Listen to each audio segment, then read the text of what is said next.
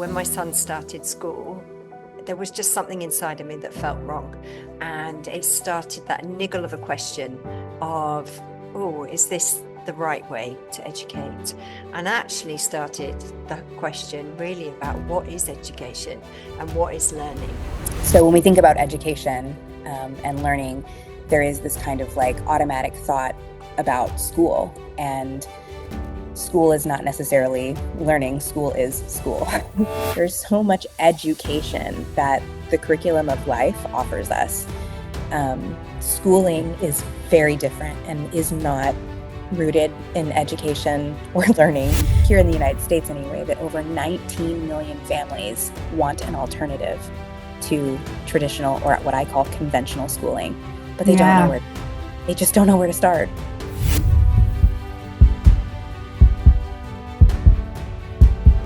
Education, as seen in this movement, is a sum of everything a person learns that supports them towards living a satisfying and meaningful life.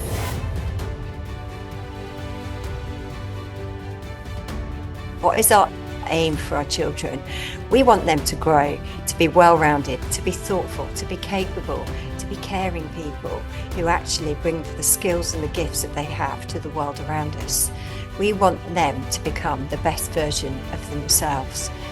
And we need to recognise for some young people that might be in school.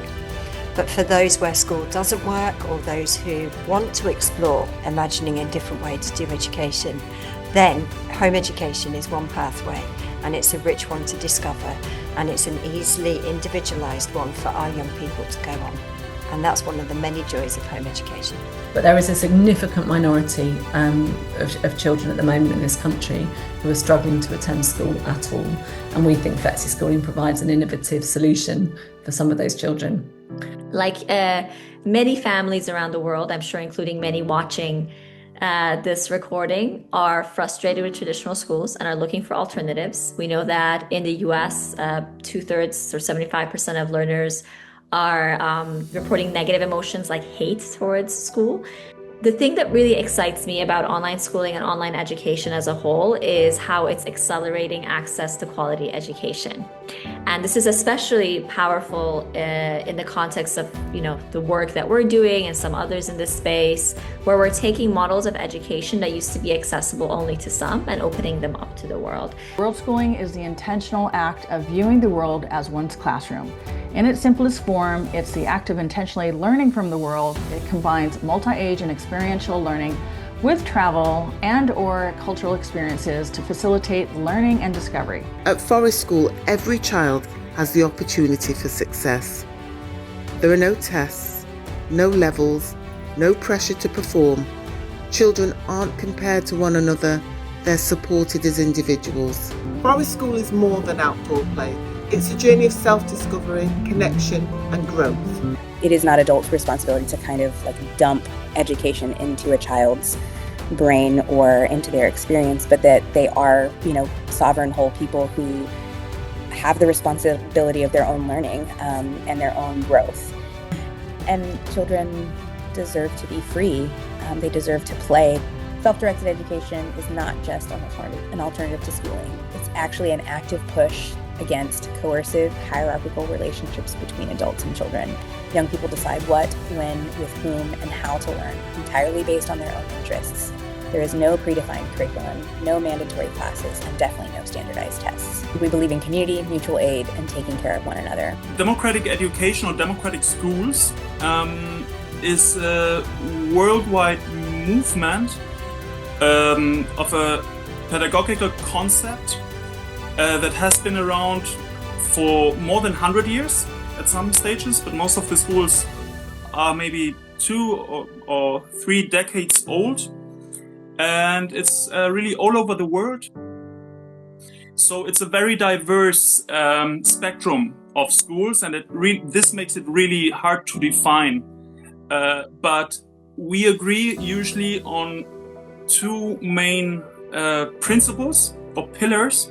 So the first one would be the principle of the right of self-determination to decide as an individual. And the second principle is the participation, the democratic participation in community processes. For example, there's a discussion around having majority vote or consent-based decision-making as a community. But the main idea is that every person, independently from its age, so avoiding age discrimination, has the same right, the same change to influence in the community agreements. Maria Montessori herself was a radical and a revolutionary. And she believed that our current way of educating children has stunted the evolution of our species, making us individualistic, petty, violent, destructive, and competitive. And her educational method is therefore intended to liberate the human potential that's inherent in all children and put us on a path towards world peace and the evolution of our species, towards building a more peaceful, liberatory, equitable, interconnected, collaborative world. This is actually an approach which is born from a very emotive place. After the Second World War, some women from the community had a very strong desire to create a new school, a different kind of school. So to do that, we want them to be educated differently, to be different types of humans in the world with different type of agency, a different type of autonomy and control over their own lives, and a say and a voice, a louder, bigger, more prominent voice in the community than they felt they'd had.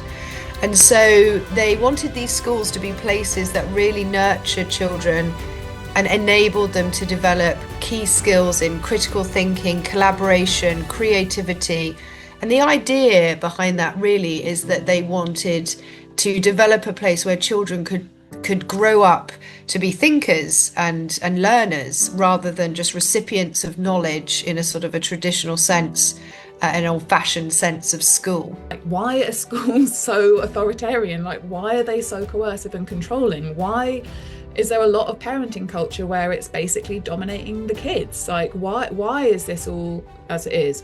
And after a lot of searching for answers about that, I ended up coming to a place of, I don't know, developing a kind of historically informed sense of that, and realizing that one of the key sort of shift points was about consent. And that's talking about the relationship you have with the other, whether that's the environment, your friend, your partner, anything that you are now relating to. And consent means that the things that are happening are okay for both people involved, you know, that people are able to make a freely informed choice about what they do. What we were trying to develop was a system of education that was highly resilient to a changing world. We have to find new and different ways of addressing the problems of the time and supporting each other, living, learning, thriving, relating. This movement is gaining momentum as the world changes rapidly, and we realize that future jobs are unknown. The sustainability of our planet is at risk. And I think, in my opinion, our society is yearning for more connection. Even if it doesn't end up being that you send your kids to any of these three programs, you know, that there is a yearning, I think, that we have for something different.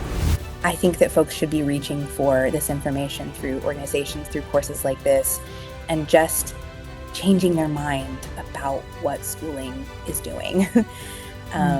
And whether or not it's something we want to participate in anymore, because we can at any point just divest from it and do something different.